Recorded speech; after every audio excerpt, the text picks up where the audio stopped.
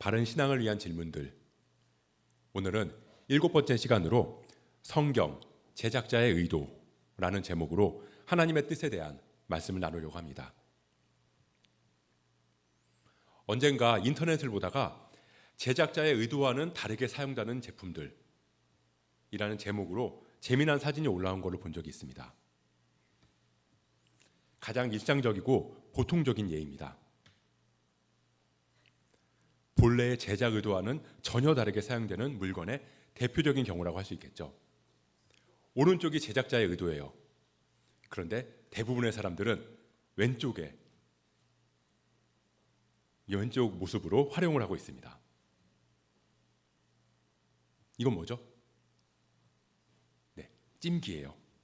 주로 감자나 고구마, 만두 같은 음식을 찌는 데 사용하는 조리 도구입니다. 근데 이게 해외에서는 전혀 다른 용도로 판매되고 쓰이고 있다고 해요. 음식을 찌는 게 아니라 캠핑용 화로로 불린다고 합니다. 하나에 6만 원 이상의 가격으로 팔리면서 심지어 인기 상품이라고 해요.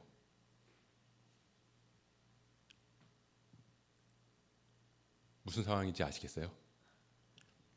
라면을 끓여서 냄비 받침으로 태블릿을 사용하고 있습니다. 강화 유리의 두껍고 튼튼한 재질이어서 냄비 받침으로 쓰여도 손색이 없는 것 같아요. 또 하나의 사진이 있습니다. 머리를 하는 고데기인데요. 거기에 삼겹살을 구워 먹는 사람들이 있나 봐요. 정말 놀라운 발상입니다. 그런 거 하면 의도와는 다르지만 그래도 유용하게 활용되는 제품들도 있습니다. 이름도 잘 모르는 저 제품. 피자가 흔들리지 않게 고정시켜주는 용도의 제품인데요. 피자 세이버라고 이름이 불린다고 합니다. 근데 이 피자 세이버는 꽤나 다양한 용도로 쓰이고 있습니다. 핸드폰을 거치하기도 하고, 약통을 보관하기도 하고, 계란을 올려놓기도 하고, 심지어는 비누 뒤에 꽂아서 비누 거치대로 활용하는 사람들도 있다고 합니다.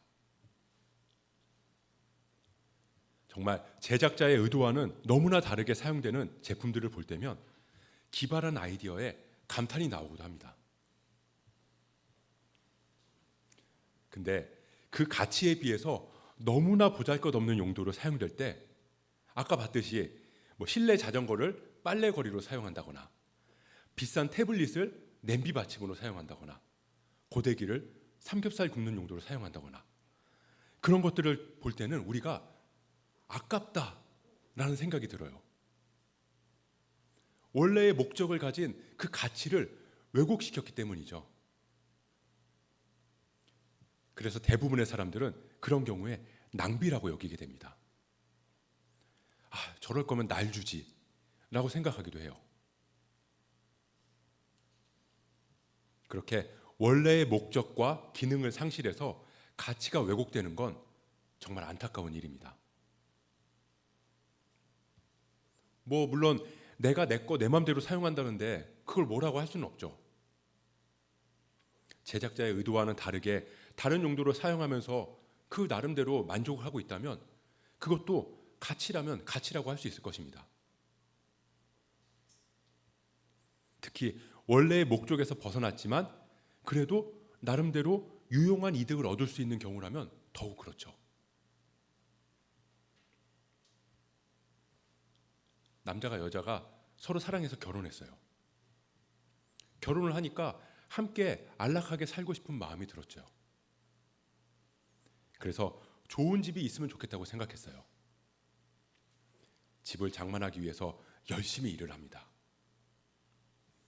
그런데 집을 사기 위한 돈을 벌기 위해서 그래서 너무 바빠서 서로 대화하고 함께 할 수 있는 시간조차 없어서 그래서 모든 행복할 수 있는 그런 상황들이 다 사라져 버린다면 너무나 안타까운 현실이 될 거예요. 행복하게 지내기 위해서 집을 필요로 했는데 정작 집이 목적이 되어버려서 원래 의도하고 추구했던 행복을 잃어버린다면 우리는 그 상황을 볼 때 참 안타깝다라고 얘기할 수 있습니다. 요즘에 여기 있는 저희 큰애가 노트북을 사달라는 얘기를 해요. 그걸로 뭘 하려고 그러냐? 라면 공부하는 데 필요하다고 대답합니다. 그래서 엊그제 약속을 했어요. 창세기부터 요한계시록까지 성경을 필사하면 그러면 원하는 노트북을 사주겠다고 말입니다. 아직까지는 개인적인 컴퓨터가 필요하지 않다고 생각되지만 예를 들어서 큰맘 먹고 사줬다고 생각해 볼게요.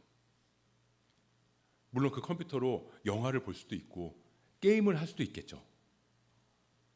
뭐 영화 보고 게임을 하는 게 무조건 나쁘다고만은 할 수 없으니까요. 근데 공부하는 데는 전혀 사용하지 않고 다른 용도로만 사용한다면 그래서 본래의 목적을 이루는데 방해가 될 수 있다는 거죠. 그래서 아직까지는 노트북에 대한 그 마음을 내려놓으라고 얘기하고 싶습니다. 예수님 당시에도 유대인들이 그랬어요. 그들은 성경을 열심히 읽고 열심히 연구했습니다. 근데 예수님은 그들의 열심히 있는 그 행위가 오히려 성경의 목적에 방해가 될 수 있다고 말씀하셨어요. 성경이 어떤 책인지 모르는 사람은 없을 겁니다. 교회를 다니든 다니지 않든 성경에 나오는 구절 하나 정도는 모든 사람이 다 들어봤을 거예요. 심지어 교회에 다니지 않는 사람들 중에서도 지성인이라면 꼭 읽어야 할 고전이라고 생각하면서 성경을 읽기도 합니다. 성경은 인문학적으로도 역사적으로도 또 정서적으로도 유용하고 유익한 책으로 평가받고 있거든요.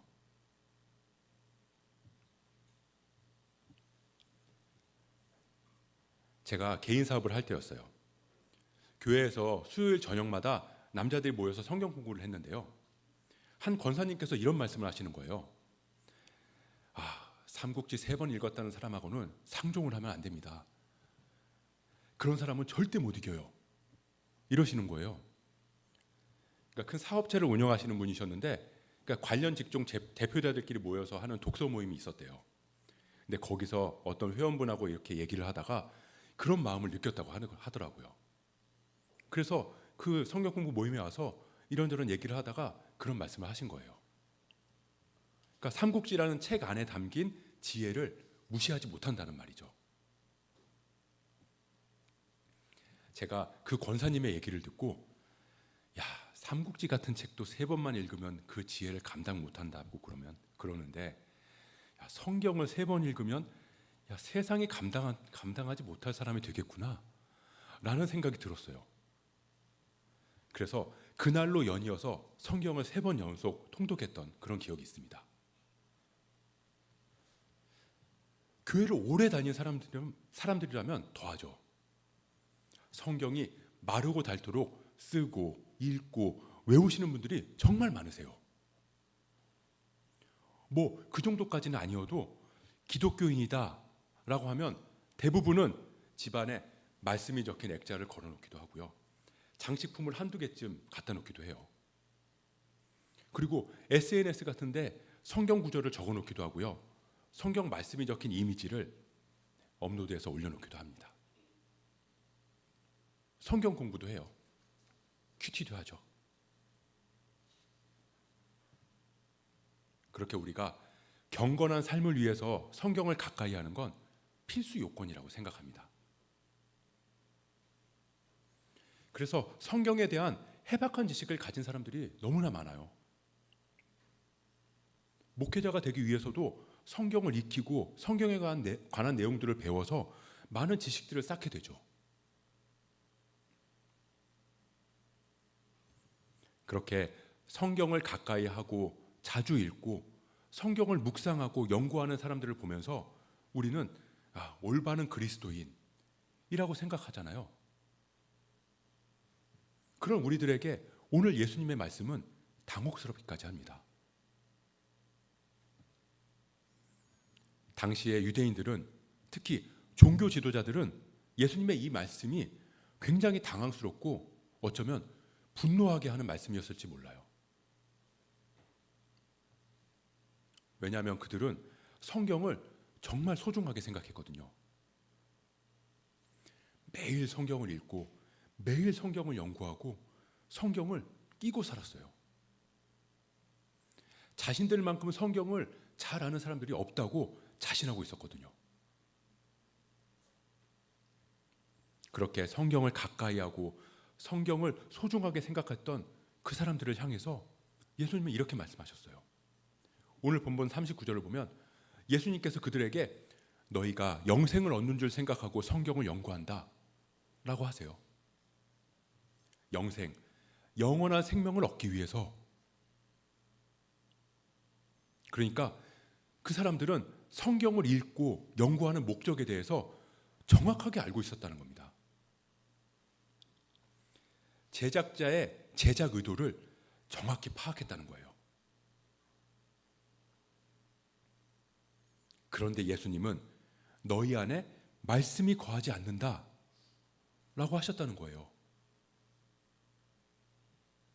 이해가 안 되는 거죠.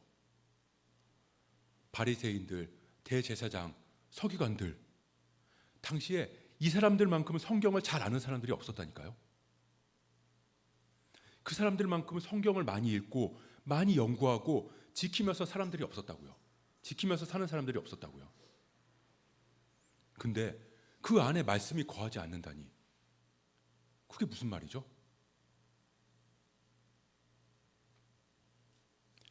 요즘 대부분의 사람들처럼 기독교인이라고 하면서 아무리 교회를 오래 다녀도 성경을 읽지 않는 그런 사람들이 아니었다고요.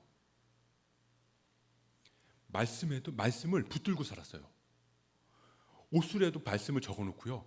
말 그대로 주야로 말씀을 묵상했어요. 그렇게 말씀에 목숨을 걸었던 사람들한테 너희 안에 말씀이 거하지 않는다.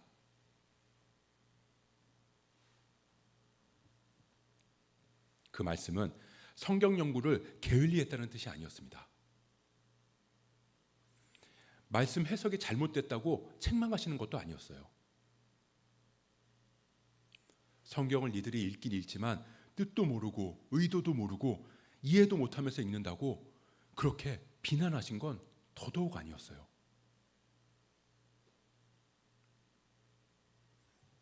예수님이 이 땅에 오셨을 때 동방 박사들이 별을 따라서 예루살렘에 왔잖아요. 그리고 헤롯을 찾아갔어요. 유대인의 왕이 어디 계시냐? 라고 물어봤죠. 그 말에 예루살렘이 다 소동하죠. 헤롯이 대제사장과 서기관들을 불렀어요. 그리고 그리스도가 어디서 나겠냐고 묻습니다. 그때 그들이 주저함 없이 대답해요. 왕이 모든 대제사장과 백성의 서기관들을 모아 그리스도가 어디서 나겠느냐 물으니 이르되 유대 베들레헴이오니 이는 선지자로 이렇게 기록된 바. 그들은 메시아가 어디서 날지 알고 있었어요. 유대 베들레헴. 주일날 베들레헴에 대해서 루키 말씀을 통해서 나눴잖아요. 예루살렘이랑 베들레헴의 거리는 4km 정도밖에 차이가 안 나요. 가까운 거리라는 거죠. 대제사장, 서기관들, 성경을 정확히 알고 있었어요. 근데 메시아에 대한 예언을 알면서도 그들은 베들레헴으로 가지 않았어요. 왜냐하면 지식은 있었지만 진짜로 메시아를 기다렸던 게 아니었기 때문입니다. 메시아가 올 것이라는 말씀도 알고 메시아가 유일한 소망이라는 것도 머리로는 알고 있지만 그들의 진짜 관심은 영생에 있지 않았어요. 메시아를 기다리라고 말하면서도 정작 메시아보다 자기의 의가 드러나는 게 더 중요했거든요. 성경을 읽고 연구했지만 말씀을 이용해서 또 규정을 만들어서 자기들이 얼마나 의로운지를 보여주려고 했어요. 규례와 전통을 앞세워서 사람들을 정죄하고 그러면서 자기들은 영생을 누릴 거라고 자랑했던 거죠. 오늘 본문 39절 40절입니다. 너희가 성경에서 영생을 얻는 줄 생각하고 성경을 연구하거니와 이 성경이 곧 내게 대하여 증언하는 것이니라. 그러나 너희가 영생을 얻기 위하여 내게 오기를 원하지 아니하는도다. 하나님 말씀을 가까이 하고 있어서 의롭다고 생각했던 종교 지도자들, 성경이 나에 대해 증언하고 있는데 정작 너희는 나에게 오기를 원하지 않는다.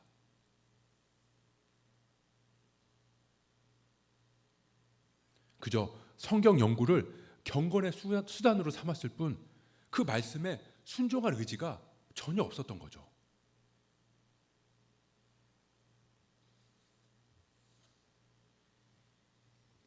그들은 성경을 읽고 성경을 공부하고 성경을 외우면서도 자신의 죄는 보지 못했고 하나님 나라도 깨닫지 못했습니다. 성경을 통해서 그들은 겸손해진 게 아니라 오히려 교만해졌고 하나님 나라를 바라본 게 아니라 오히려 자기 의를 봤습니다. 예수님은 그들을 향해서 진짜 영생에 이르는 길은 나를 통해서라고 말씀하신 거예요.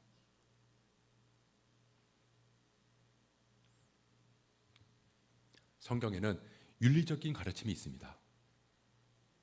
역사적인 정보도 있고 삶의 지혜도 담겨 있어요. 성경을 통해서 삶의 모든 것들을 바라볼 수 있어요.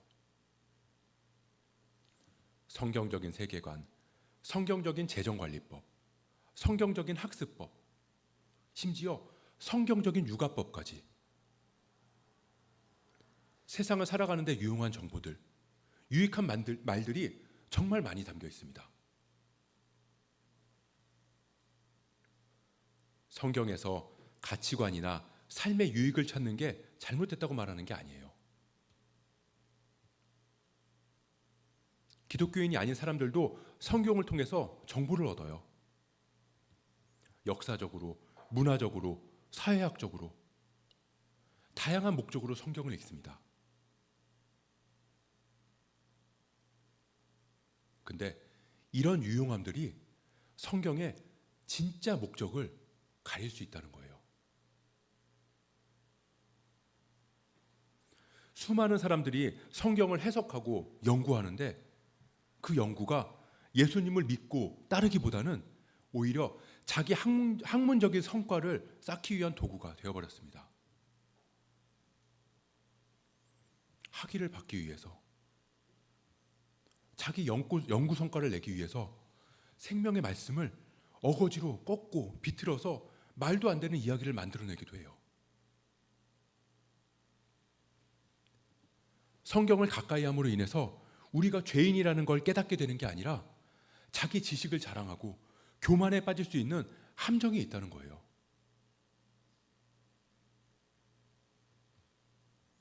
신학을 공부하고 성경에 대한 해박한 지식을 가지고 있고 성경을 줄줄줄 외우고 있다고 해도 성경이 말하고 있는 본질, 예수 그리스도를 믿음으로 영생에 이르지 못한다면 그건 성경의 가치를 왜곡시키고 있는 겁니다. 왜냐하면 예수님께서 말씀하신 대로 성경은 예수 그리스도에 관한 책이거든요.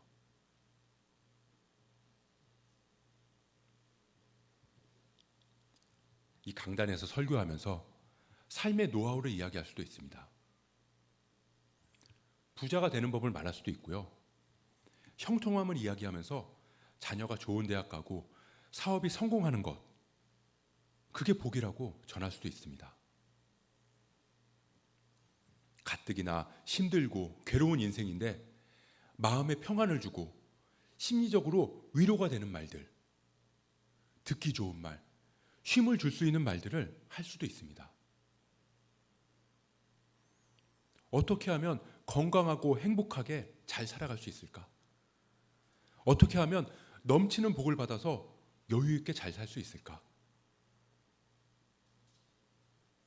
더 이상 사람들의 관심을 끌지 못하는 영생, 구원, 하나님 나라, 제자됨 이런 거 말고 사람들이 정말 듣고 싶어하는 이야기들, 듣고 있으면 마음의 위로와 평안이 찾아올 것 같은 좋은 말들,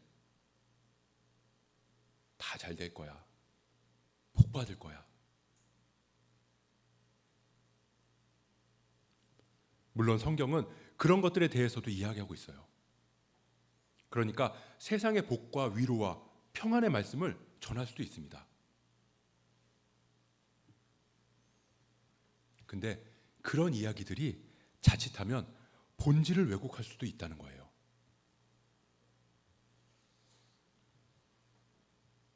그런 말들이 성경이 전하고자 하는 가장 중요하고 분명한 이야기, 생명에 이르는 길인 예수 그리스도에 대해서 말하지 않게 만들 수도 있다는 겁니다.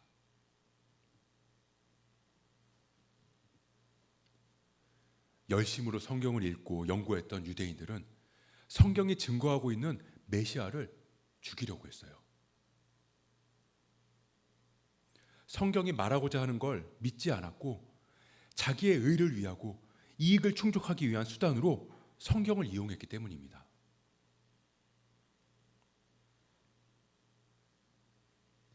성경 지식이 필요 없다거나 나쁘다고 말하는 게 아니라는 건 다 아실 거예요.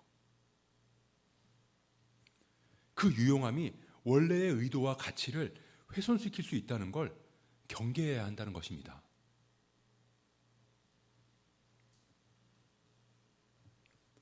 우리가 매일 성경을 읽고 묵상하고 설교를 하고 또 듣고 속회로 모이고 성경 공부를 하고, 그래서 성경 지식이 날로 늘어간다 해도 성경이 증거하고 있는 예수 그리스도, 그분을 통한 영원한 생명을 깨닫지 못한다면 아무리 성경을 줄줄줄 외우고 성경에 대한 지식이 내 안에 가득히 차고 넘친다 해도 예수님은 말씀하실 거예요. 내 안에 말씀이 거하지 않는다.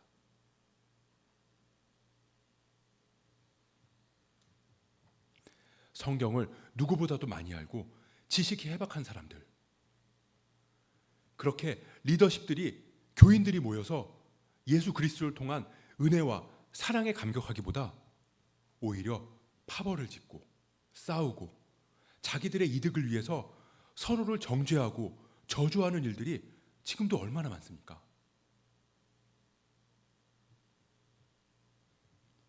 성경은 인격의 수양이나 인생의 노하우를 제공하기 위함이 아니라 죄로 말미암아 하나님과 단절돼서 아무 소망도 없는 우리를 구원하시고 영원한 생명으로 인도하신 예수 그리스도를 증거하는 것입니다.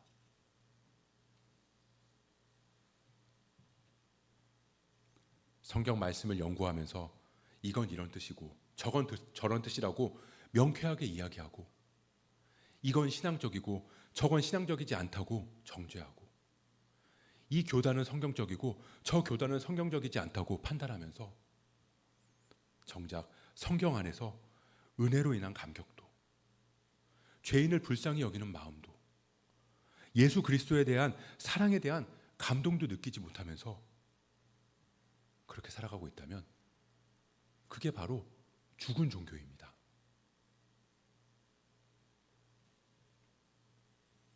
매일 성경 읽고 매일 예배하고 매일 묵상하고 매일 기도한다고 그렇게 하면서도 사람들 용서해 주지 못하고 기다려 주지 못하고, 그래서 다른 사람들을 시기하고 판단하고 정죄하고 있다면 도대체 뭘 위해서 성경을 읽는지 스스로에게 우리는 물어봐야 할 것입니다. 하나님의 말씀은 우리로 하여금 죄인임을 깨닫게 하고 오직 예수 그리스도 안에서 참 생명이 있다는 것을 고백하게 만드는 것입니다. 그게 성경을 우리에게 주신 제작자의 의도, 하나님의 의도예요.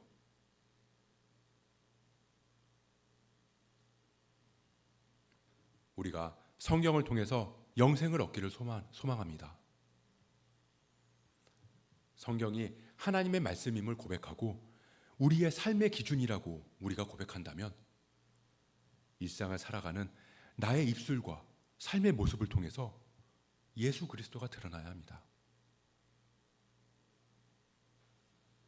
그렇게 우리의 삶을 통해서 또 우리의 입술을 통해서 우리가 성경 안에서 배우고 깨달은 예수 그리스도를 전할 수 있는 저와 여러분 되시길 주님의 이름으로 축복합니다.